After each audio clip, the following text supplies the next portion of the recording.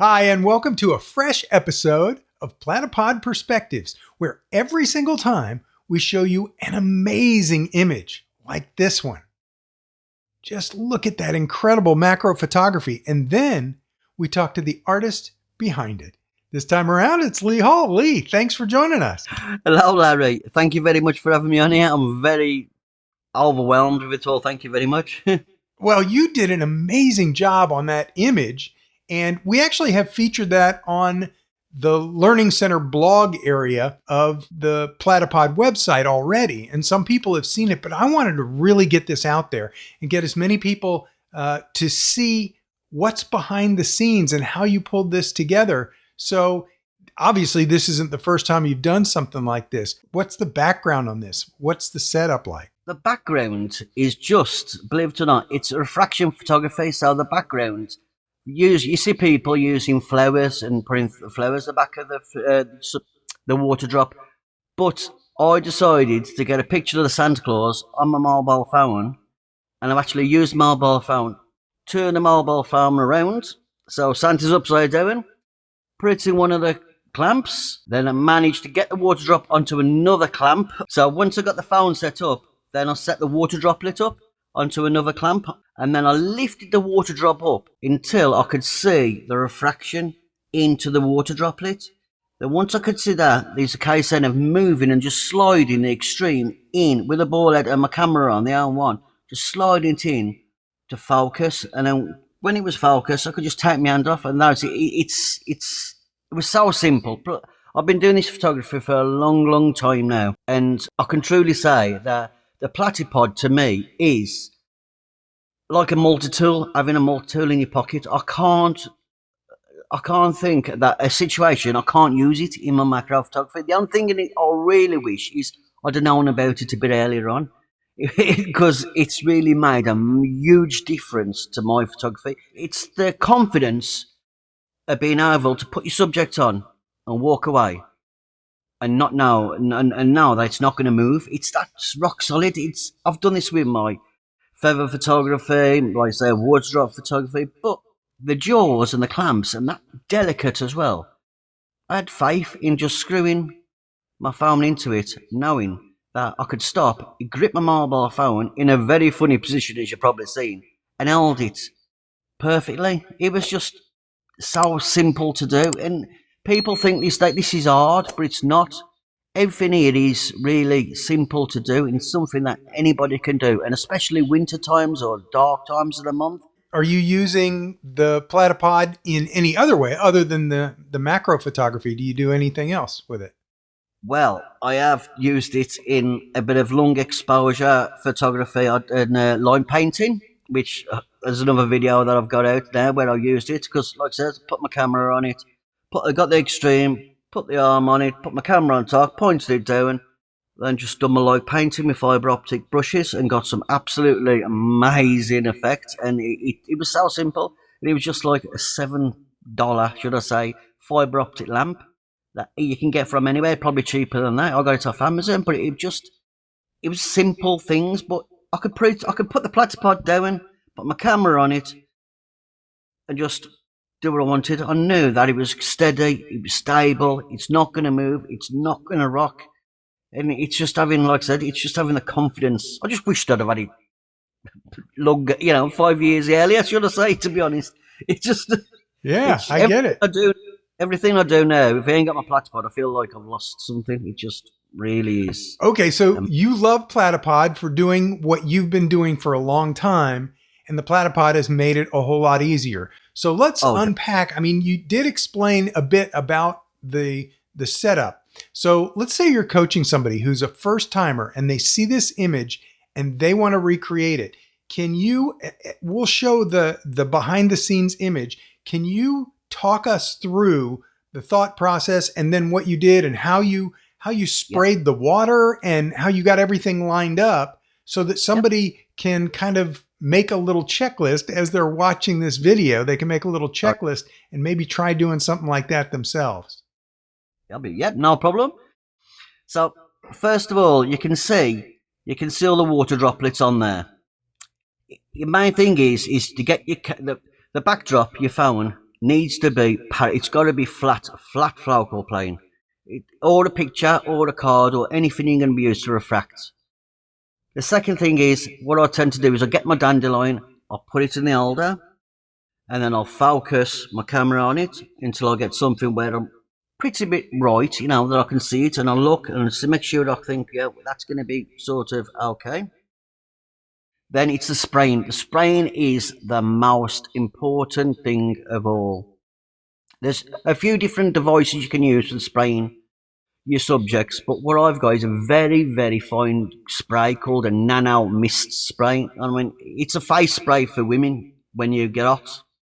And this comes out that fine and delicate. It allows me to paint virtually the dandelion seeds, and I can build, and you can watch the water drops building up.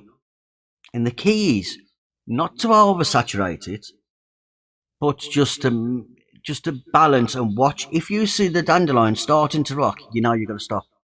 But just have once you've got it, like, so you can see like jewels coming off it, finally get a syringe. If there isn't a droplet in the centre, 99% of the times there always is, because it's in the concave bits of the dandelion seed.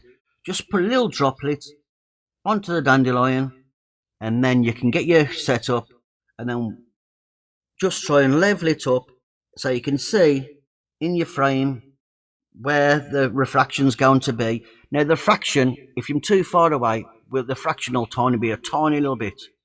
But the closer you get, the refraction will start coming wider and wider and wider, and it'll start filling the whole of the water drop. So what you best do with the Platypod, it makes it easier, because I can slide the Platypod in and out with a ball head as well. With a couple of clicks, I can move it, I can move it around, and once I've clicked the ball on, it's not moving.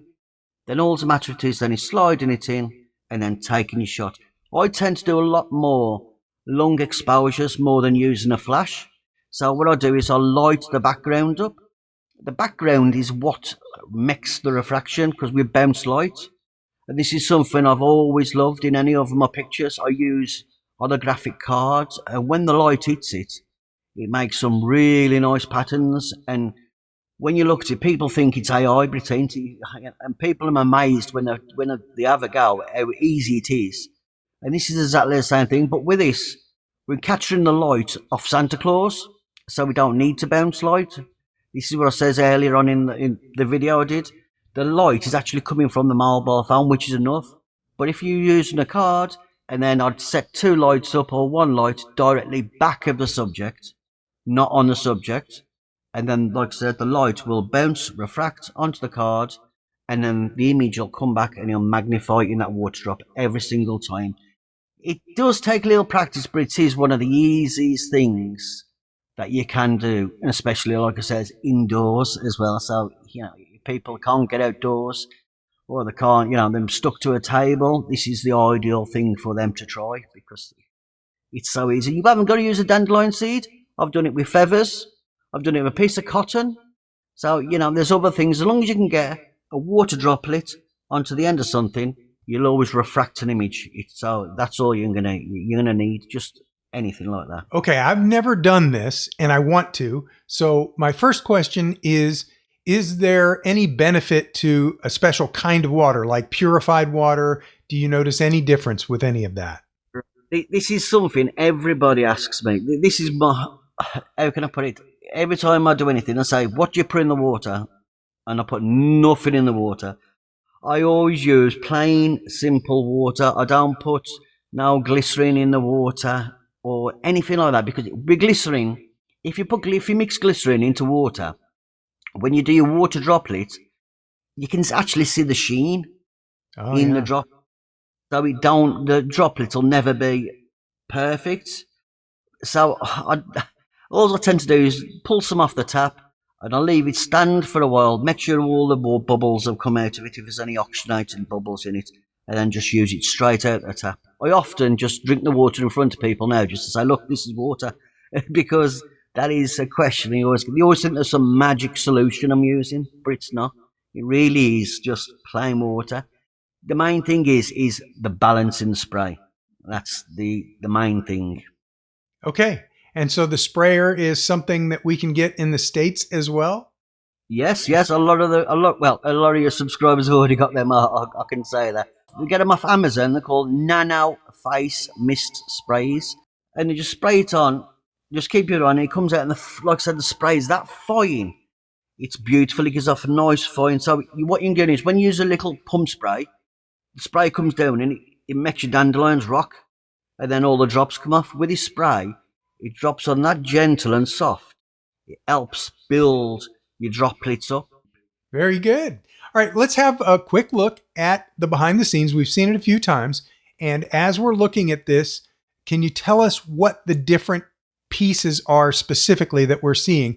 Which camera are you using? The camera is the OM1, the Mark 1, not the Mark 2.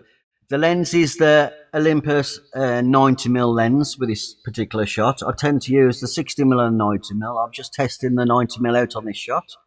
And it has to be a macro lens. Well, no, it don't, because I've done videos and I've used extension tubes, and they always say this to anybody. Anybody who wants to get into macro photography, don't think you need a macro lens. You don't. You can use a normal 50mm lens with extension tubes, $30 Amazon again, or you might even get them cheaper than that, and they will make the difference. So using extension tubes allows you to gain a bit more magnification in between. They come in different sizes, 33mm, 25mm, and down to 14mm. So each one, you can stack them up, will make a difference. And this is actually how I started off. Originally, doing my water drop photography was with a 50mm, just normal lens, kit lens, and extension tubes. And it's still something I still practice today, because it's one of those things you never seem to forget.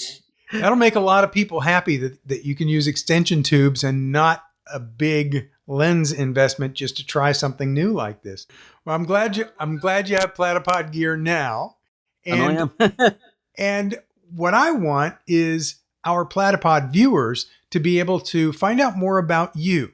So where can people go to see more of your work, see the types of things that you pull together, your images, besides, of course, our blog? Yeah, I do like the blog, to be honest. But if you want to see me on YouTube, just type in @Leol Photography, and my page will literally just pop up. You'll know it's me because of my picture of my ugly mush, and you'll see all the different unique and weird things on my page, feathers and different things that I've used. Other than that, Facebook, just put Leol in. And my website is at leolphotography.com. Very good. Lee, thank you so much for spending time with us and explaining how you got that incredible image. We really appreciate it. I hope people follow up and see more of your work. I can't thank you enough, Larry. I can't thank everybody that's watching as well. Thank you very much. Thanks, Lee. You know, every time we come on with Platypod Perspectives, we try and show you something interesting, something attention grabbing, so that you see that image and then you get to hear from the photographer behind that image and discover a little bit about what they did to make that photograph possible. Folks, we hope you enjoyed this. If you did, make sure you like and subscribe. Leave us some comments below. That always helps out. And it helps us answer your questions. What questions didn't we answer? Make sure you tune in again next time, because you never know what you're about to learn.